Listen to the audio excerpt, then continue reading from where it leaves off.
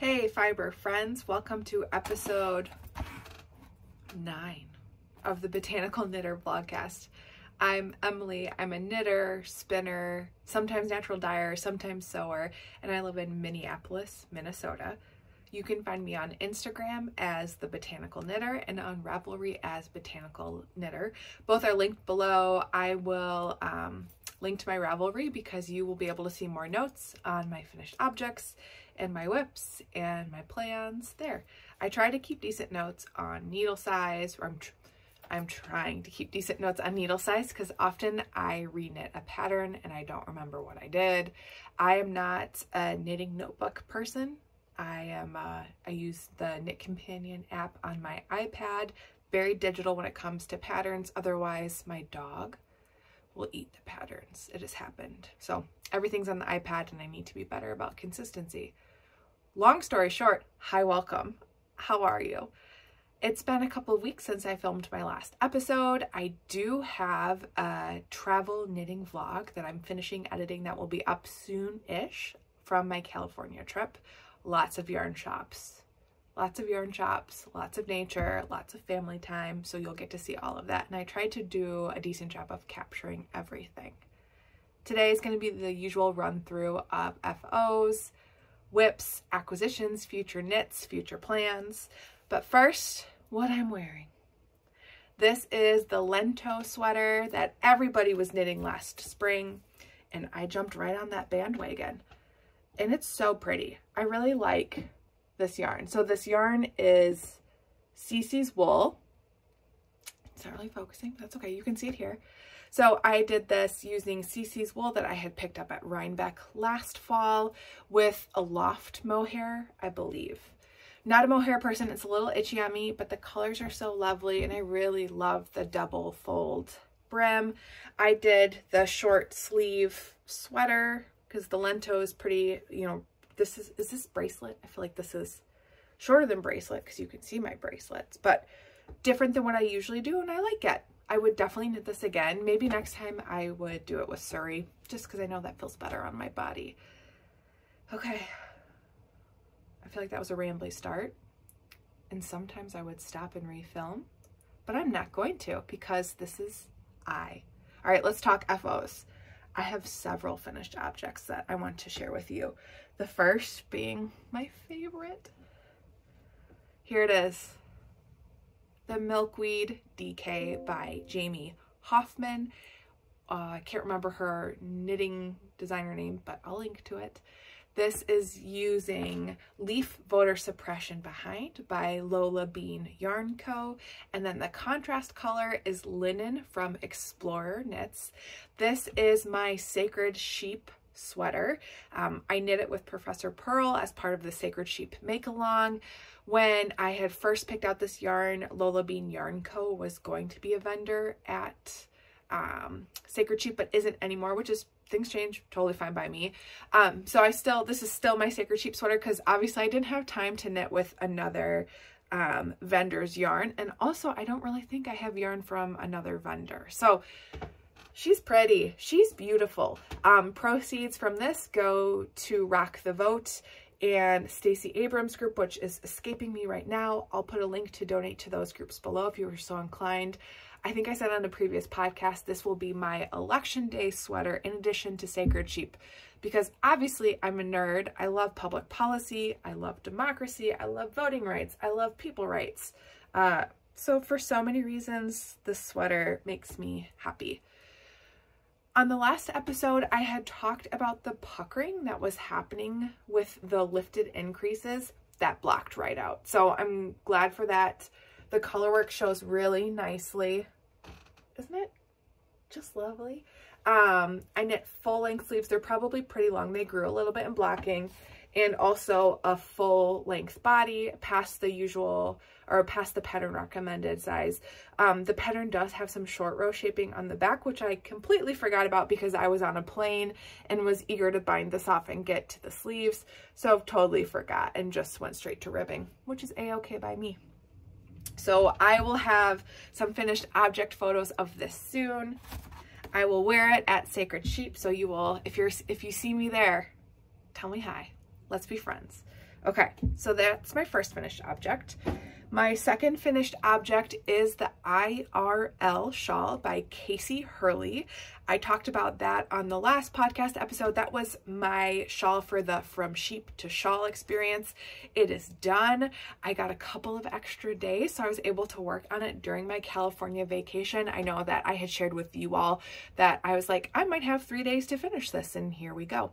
Finished it. I'm really happy with how it turned out. I took some beautiful FO shots in a redwood grove in California. So here's a picture of that. And it is on display now at the Anderson Center in Red Wing.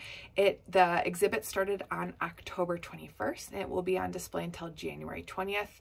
I'll put a link to that if you want to learn more about the Sheep to Shawl experience, the Anderson Center, or the Three Rivers Fiber Shed. I swear that Vlogcast is coming. I want to wait and see it in person, like have that as like the final footage, so more to come. Okay, and then my next finished object is the Musselburgh hat by Ysolda Teague. I knit that while I was on my California trip. I don't have it. I knit it in a week. I knit it everywhere. It was the perfect car knitting and hiking knitting and drinking knitting. And I gave that to my dad when we dropped them off at the airport in San Francisco on their last day. So I don't have it with me, but here's a photo. It fits my dad well. He is a hat dude. He wears hats year round, like even in the summer inside the house, he'll wear a hat. So it just made a lot of sense to give that to him. The yarn was yarn I had purchased at Black Squirrel in Berkeley. Casey from KaceyKnits, who I talk about, I'm a huge fan. Obviously, I talk about her every episode. She's also my friend, so that's fun. I picked her yarn, and it's beautiful. And it was the yak silk base, so it was kind of moody, really soft, had a nice, I loved how the fabric looked. Okay, I'm gonna keep going. My fourth finished object was an unexpected, unplanned finished object, and it is a hat that I test knit for a Minnesota-based pattern designer, Cassie LaFollette. I've talked about Cassie a couple of times on this episode or Vlogcast. I've tested for her before. I'm working on a vest by her right now, which I've put no progress into. So here is the hat. This yarn is from a local farm here in Minnesota. It is a CVM Romdale base. Super soft, super squishy. Really nice stitch definition, and like probably some of the squishiest yarn I've worked with. And then the green, the contrast color, is my handspun. And I don't remember what this base was or what this fiber was. It was from a Yarn Addict, nope, wrong, Hello Yarn fiber of the month that I had picked up a while ago. So really pretty, happy with how it turned out. Here's the decreases. And this pattern comes out on the 2nd, so on Thursday. So today's Halloween. Happy Halloween. Rude for me to not say it from the get-go. I'm wearing my spooky earrings again. I have my Coraline water tumbler. So this will be out later this week, so keep an eye out on my Instagram for that. I'll link to it. I knit this in 2 days. Super easy. If you want to see the fit, oh, I'm gonna mess up my hair, but I'll show you anyways. I have a hair clip on, so that's part of it, but it's a nice fit. A little puffy, which I like, not super tight. I knit an adult medium. You can knit the brim double and fold it, but I was okay with just a slightly longer brim and not folding. And then flash your floats. No floats to catch. So perfect for gift knitting. I'll probably knit another one. And it was really great for using my hand spun. So that was nice. So if you want to try and get rid of some stash, especially worsted weight stash, here you go. And then my fourth finished object, I didn't grab, and I don't know where they are. They might be in my hamper. I finished the stack of books sock that I talked about on the last podcast episode by Sock Witchery. It was a languishing whip. I had one sock done that I had finished last October. The second sock I had started the last time I chatted with you all. I think I finished it within like a couple of days. I should be wearing them today because it's Halloween. So after this episode, I'm going to go put them on. So that's the other finished object. Okay, finished object. Let's take a breath. Saying let's take a breath makes me think about, I was just traveling in DC last week for work, and we had a science night at our work conference where we learned a lot more about AI and AI, artificial intelligence, in cancer care and data processing and coding. And the scientist was talking to us about how he interacts with the AI software he uses. And often he says he tells the AI to take a breath, like to slow it down, to regroup. And I thought it was so interesting. He was saying, he like jokingly was saying, like, I talk to AI like I talk to my dog, like, okay, sit, okay, take a beat, you know, like sit down, pause, heel, whatever, right? So I thought that was interesting. So I think that verbiage has been like going around in my brain because I feel like I need to tell myself to take a breath a lot. If you haven't noticed, I can talk a mile a minute. Folks at work say that I'm one of the fastest talkers they know. I think it's because usually when I'm lobbying, you have, like, sometimes you have 30 seconds to talk to a member, and the issues I work on are complicated at times. And so I'm so used to just being like, blah, here's everything, which is, I'm working on it. I'm working on it. I'm drinking out of a Pendleton mug, but it is hot chocolate that my brother shared with me when we were in California. It is mushroom based. Layered Superfoods, I think, is the company name, and it's just mushrooms with dark chocolate, like dark cocoa, and it's not super sweet, and it's yummy. So cheers. It snowed last night. It's Halloween. Well, you can see we have 2 inches-ish on the ground. It's starting to melt or drip because the sun is out and it's beautiful, but it felt really nice to put on a hand knit sweater and have some hot chocolate today while I'm here with you. All right, whip talk. Here we go. Last episode, I talked about future knitting intentions to cast on a pair of socks using the basic Doodle pattern by Pacific Knit Co. and doing a doodle. I did that. I started them in California. The sock set is Hocus Pocus from Knitting Lizard. Not the best for color work. There we go. They're pumpkins, but you know what? I don't care. I think they're cute. I think the pooling is pretty cool. And it's like self-strapping and pooling, and I like it. This is as far as I got. I haven't worked on these really since I've been back from California. They're for my husband. I will eventually finish them. It'll probably be similar to what happened last year, where I put this away until next fall, and that's okay. It works. I'm like trying to take the pressure off myself to finish things. Chris, my husband, isn't putting pressure on me. He's like, yeah, finish them when you want to, like no big deal. So make good progress on those.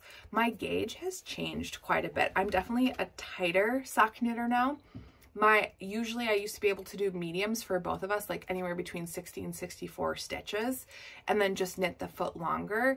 That has changed a little bit, and I definitely have to do a large for him. So I think this is 72 inches, and it fits. He has, sorry, Chris, he has big old ankles from many, many soccer injuries, and so he needs some room to pull him over his ankles. So these have survived the fit test. One gadget I do want to share is this sock roller from Twice Sheared Sheep. It is kind of like those bracelets you used to get as a kid. It folds on itself. It is so nice for keeping in your whip bag, your project bag, or in your notions container. And how it works is that you stick the heel, you can do either, it works heel up, or cuff down, or toe up. So I am a cuff down knitter, so you stick it all the way to the back of the heel, you pull it forward, and then you knit to where the size. And that's when you know to start your decreases. So you fit it snug against the heel. I'm at a US men's 8 right now, so I have a little bit more to go before I start the toes. It's really nice for traveling, or if you're knitting socks and you don't know the person's foot length, but you know their shoe size. So this is super handy. I have one that I purchased for a giveaway for whenever I hit like X number of subscribers, whenever that will be. So just know I have one of these set aside for a giveaway. Otherwise, I'll put my affiliate link below. I am affiliated. I do get, I think, 20% back, twice sheared sheep purchases if you purchase using my affiliate link. But I also buy stuff to give away on the podcast because I really like it. Anyways, enough of that. Okay, so that's whip number 1. Hasn't really gotten a lot of action, but I did want to talk about it. My second whip is the Perfectionist Trap by Kacey Herlihy. I started this, I don't think I'd started it on the last podcast episode yet. Let me find it. I found it. It's buried. You should see my desk. It is covered with yarn and work stuff because this is also my work desk. I love this pattern. I've knit it once before using Silly Goose yarns. I threw the Gary Knits and Rides D-Stash sale to raise money for his AIDS ride, HIV AIDS ride. I purchased 2 skeins, or I donated to the silent auction to get 2 skeins of Moody Pumpkin by Woolberry Fiber Co. And I decided to make that a Perfectionist Trap shawl. It's so pretty. I really like how this looked. I'm not alternating skeins, so I'm still on skein 1, about to transition to skein 2. I have a long way to go. My last one, I had more yarn, and it was smaller than I would have liked. So I didn't use all the yarn, and I didn't go down a needle size, and Kacey's a tighter knitter than I am.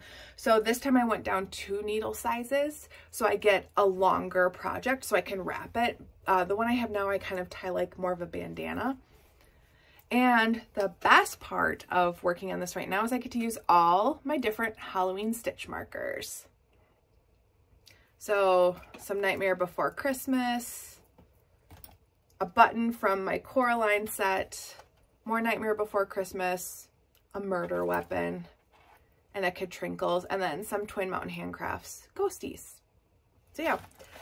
This one I've just been working on as I want to. It's great. I did a lot of plain knitting on it last week to and from DC. I did conference knitting on it because, like all Kacey's patterns, they look more complicated than they are. And so it's really good for when you are trying to be an active listener. It's a good pattern for that. I have it in my Bagoo knitting cube because this is what I was working on the plain. Was influenced by LolaBean. She puts this over the little tray that comes down the hook, and then your balls aren't flying around, your yarn balls aren't flying around, and it's all in one place. So that was really nice. So influenced, highly recommend. It's a great little thing. My third whip right now is one I also talked about in my future knitting plans, and that is the Funfetti Raglan. It's a test knit for Andrea Gaughan. I am this far. Not very far at all. I had showed you my colors that I was planning on using. That has changed and evolved. I did a gauge swatch and it was too low contrast for me. So I have pivoted to darker hues of what I was going to use. So still going to use this color. This is from Garth Knits. It's an English company, yarn company that I purchased at Rhinebeck. And then I'm going to use my favorite colorway of all time, Fernwood from Lavender Loon. And then I'm also going to use Foxy by Lavender Loon. I just had these in my stash for a different project, so that project's not going to happen anymore, or will look different. So these 3. And then I'm also doing a darker navy. I had more of a gray slate blue, and so I had this skein of ink stain from Silly Goose in fingering weight, but it's a very light fingering, so I'm going to hold it double to get a DK weight. So here are my 4, let's see if I can grab this. Oh, this is fun. Okay, here's my 4 colors. And then here is my main color. So I'm happy with it. Kudos to my knitting, Twin Cities knitting crew. I was sending them lots of pictures trying to figure out what the right color combo was going to be. And I used the black and white tool on your phone. You take a picture, you switch the filter to black and white to determine contrast. But sometimes I get in my own head about things. And so it's always nice to run color combos or ideas by people and to get honest feedback, which is what I really love about my crew, is that they'll be like, you know, we would try something else or maybe try again. So still pretty early days on this one. I'm just about to set up for the raglan and short rows and then switch to the color work. It's 1x1 color work alternating. I'll drop in a photo so you can see what it looks like. I've been reading through the pattern and my brain at first was like, does not compute. But I think it's one of those things you just need to trust the pattern. Read through the whole pattern, trust the pattern, and knit. So I've got that. Okay. The last whip I'm going to talk about today, I have a couple of other whips. I just haven't done work on them. So the last whip I'm going to talk about today is my Love Note by Tin Can Knits as part of the Love Note Love Knit Along from Professor Pearl. I had showed you all my yarn last time and I made really good progress on the Love Note. I forget how quickly this pattern goes because of the yarn weight and also the large needle size. It is in that crafty little fox Halloween bag. More ghosts. I love it. And here she is. So I am using the Shrooms colorway from Coast to Coast Knits, and it is really pretty. As you can see, it's missing the trademark lace. I wanted to knit this as like an oversized sweatshirt kind of vibe, and I kept the lace out. There's a little bit of, you can see, rippling or puckering that's happening because of the increases and no lace. I am assuming this will block out. Especially given how well the Milkweed with the increases blocked out with the puckering. Same thing, so I'm assuming if I give her a nice little stretch, it'll block right out. I'm using slub and fingering weight yarn, like a sock yarn held double. I love the texture that is coming from the slub. I love the burnt orange bits with the pinks and the browns. I think it's pretty. So I skipped, no, I did short rows in the collar, and I also did short rows on the back. So it's a little bit longer in the back. I need to block because the ribbing's folding up. And then I knit sleeves the full length. And so as you can see now, I'm almost to the cuff part of the sleeve. And then I have one more sleeve to go. I leave for Portland tomorrow for a work trip, but also for Sacred Sheep. And I was secretly hoping to get this done so I could wear it, but that's not going to happen. And that's okay, right? No more self-imposed deadlines. Emily, you're annoying yourself. So this one will be done soon. It's just a simple, and it's lots of vanilla knitting. I can't quite read while I'm working on this because I'm holding yarn double, and so it's too easy for me to miss one strand and not catch it till later. But it's good TV. We've been watching a lot of the kind of spooky Netflix series. We watched Haunting of Bly Manor, The Fall of the House of Usher, and Midnight Mass, and those were all really good for knitting because it was a little creepy. And of course, the evergreen Housewives. It's been great for watching Housewives. If you watch Housewives, let me know. I love it. It's my guilty pleasure. Okay, so those are all of the whips. I haven't made progress on the meal vest that I talked about last time. I've got another pair. I have 2 pairs of socks on the needles. I ended up ripping out a pair of socks because I hadn't touched them since June, and it was stressing me out. The yarn will be there for when I want to knit it or gift it or whatever. So it is what it is. All right, I do have some acquisitions / future knitting that I'm going to tie together because I feel like I always do try to shop for a pattern. And so those go hand in hand. Now, those patterns may evolve, but I'm trying to walk away from just the single skeins unless I know I want to do a hat or pair of socks.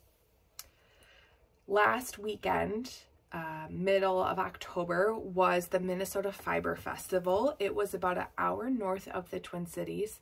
wasn't going to go, especially with Sacred Sheep coming. And we all know I had a very successful flock in terms of purchases. And my husband was like, let's go. Like, what else are we going to do? So we made a little day date of it. We drove an hour north. We found like kind of a sports bar and had a beer and lunch. And then we went to this fiber festival. It was fairly small. There's maybe 20 to 30 vendors. 20 probably is the better number. But it was a lot of people that I just adore and I really liked seeing. So I picked up several things at that fiber festival. The one being the yarn that I used for that hat, the Dresow Family Farms. I got a skein, that really pretty gray. I picked up a skein of that. And then Chris was like, well, I really like that yarn and I want a hat. It's like, you don't have to tell me twice. So I picked up this skein from Dresow Family Farms, and it's Cormo and Cormo CVM.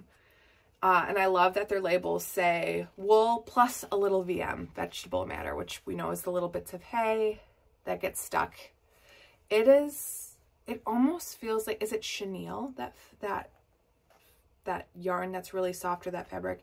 It is so soft and squishy. And it's really pretty marled. It is 200 yards of a sport weight. So I think I'm just going to do the Pearl Soho classic ribbed hat. My husband really likes that basic style that he can fold the brim up. So I think this will be that. I'll probably cast it on sooner rather than later because it's just good TV knitting, and hats go quick, and it's helpful to have a quick knit while you're knitting a sweater or a shawl. So then I can't help it. I do like to be a little productive. So I purchased that. I also got 4 skeins of this yarn from Get Ben's Farms, or the Badger Face Fiber at Get Ben's Farms. And this is called the Farm Fresh yarn. It's locally sourced BFL, blue-faced Leicester, and alpaca. So 70% BFL, 30% alpaca.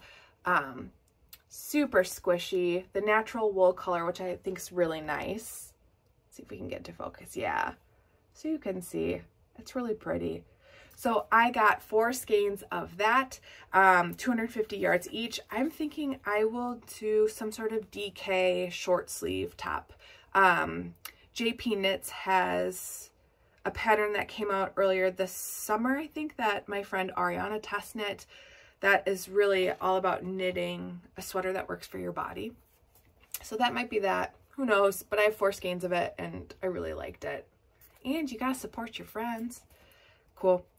After that, I went across the booth to Cato Yarn Co. Shelly from Mankato.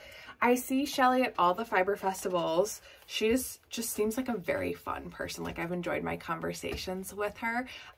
She was a vendor at Zombie Knitpocalypse, at what's the one in May? Shepherd's Harvest, right? I can't remember. Anyways, so Shelly was having a 20% off her booth. So I bought Smashed Pumpkins, which is a Halloween sock set. And I'm just going to keep it in my stash for next year's spooky knitting. It is really pretty. Oranges, speckles, greens, and then that really bright purple. Also from Shelly's booth, I purchased another basket. I don't know if anybody has these. This is my second. My first one I have really moved to using for my spinning. So I keep my bobbins, the roving balls or bats that I'm spinning at the moment. So I wanted one for couch side to keep all my whips in. My older dog lately has been going into my yarn basket and grabbing yarn, mostly to eat the paper labels, but I'm also like anxious about what else she's trying to eat. So the basket's just a better way to store things and keep all my project bags in one spot. I have a lot of whips right now. I talked about this last time at Whip Monster. And so it's nice to keep it all a little organized. So I purchased that.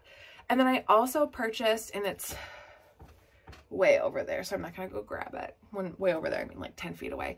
A hat kit from Curly Acres. Curly Acres is a farm in Wisconsin. Andrea is the farm owner. She has Shetland sheep, and so she has a color work hat kit that she used using the natural colors of her Shetland. So dark browns, light browns, creams, very pretty. And that is going to be a gift for my brother for Christmas. He had said, he's like, I really want to color a cat. I want it to be browns. And then I sent him a picture of this. He's like, perfect, absolutely beautiful. That's what I want. So one gift done. I'll start that probably in November or early December. That'll go pretty quick. All right, so that was everything I got at the Fiber Festival. Definitely more farm-based yarn, which I love. I have two other acquisitions I want to share with you. The first is from Dragon Hoard Yarn. I love Coraline.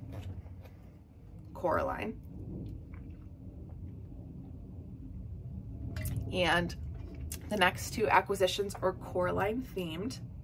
Coraline is a book, but also a movie. So if you haven't watched it, highly recommend it.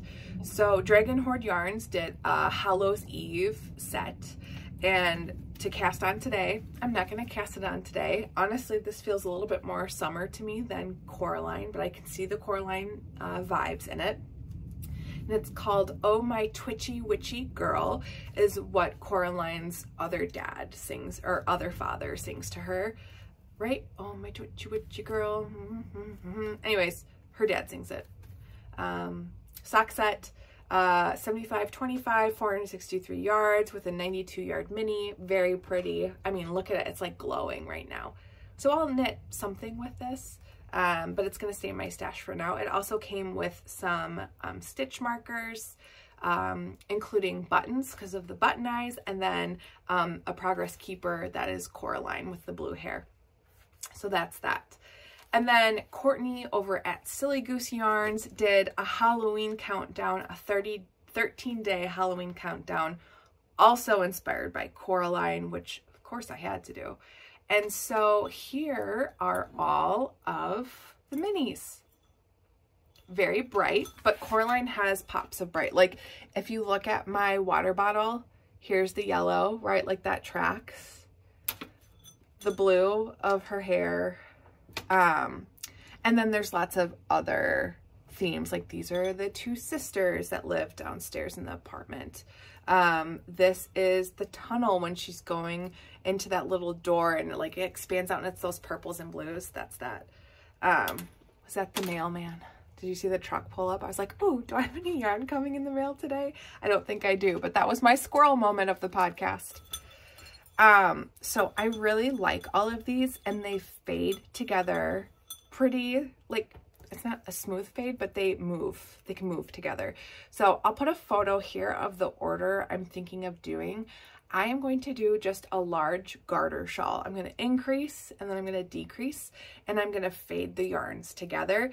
I can't remember the pattern name right now, which is not helpful to you. However, there's going to be a box that tells you what I'm thinking along with the picture of the pattern, and I'll link to it as well.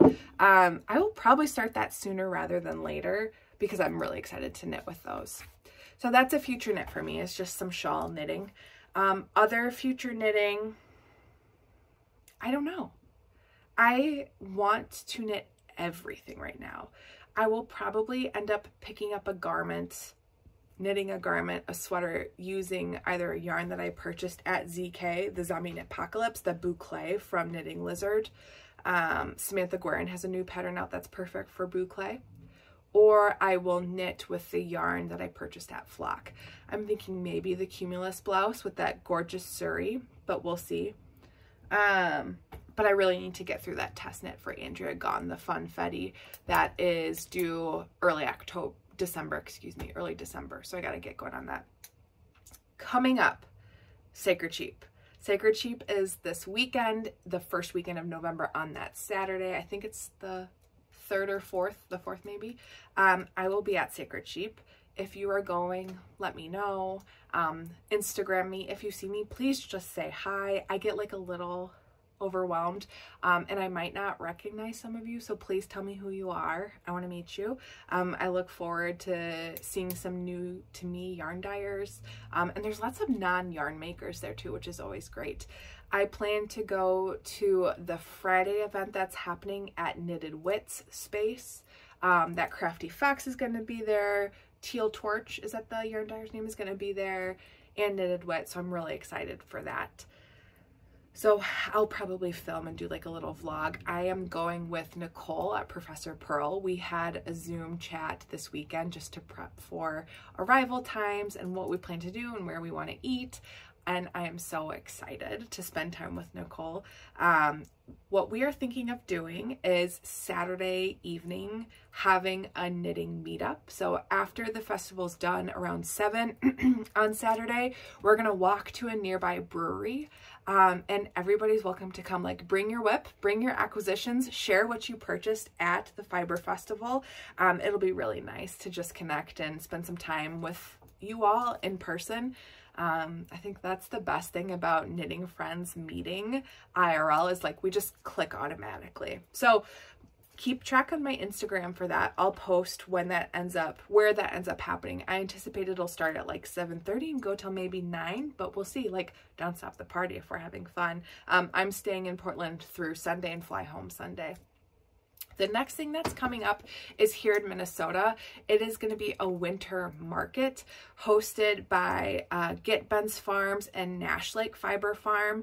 I will put the graphic here and a link with more details below. It's happening that first Saturday in December. If there's snow on the ground, there will probably be sled rides, horse-drawn sled rides. There's going to be a crepe station, lots of makers, including pottery, natural dyes, a couple indie dyers are going to be there. So I'll put a full link with all of the vendors below. I'm very excited for that. And it's at like Amy's beautiful farm. It is so cute. Like, it's a white barn. There's a pond, there's all of her beautiful sheep nearby, there's Sarge the llama. Like, it's a very fun space, and if you want to pet some sheep, there's a great way to pet some sheep. So those are the two things coming up in the next couple of weeks. My work travel will be done very soon. The last trip is this next couple of days in Portland. I was in DC all last week. I'm really glad to be done traveling. It's been a lot. Now, lots of plain knitting. I listened and have read a bunch of books with all the travel. I just listened to Britney Spears' new book. I have thoughts on that. Fascinating and like gut-wrenching and also bizarre, right? On so many levels. So I've been able to read and knit, but I'm also excited to be home. I'm feeling this tension of work is ramping up. Legislative session starts in February, so it's like pushing forward.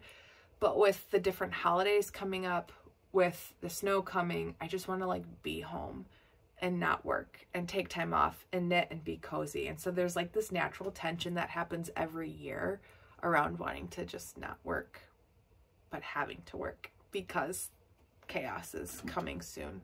Good chaos, good chaos. All right, I think really that's all that I have going on in my world. I have no new plants to spotlight. You can see all the plants. If you have any planty questions, or if you want to talk through any plant issues you're having, or like you want to hear specific plant content, let me know and I can incorporate that into a future episode. But I'm going to wrap up this very Midwest goodbye. I hope wherever you are well, and I will see you next time.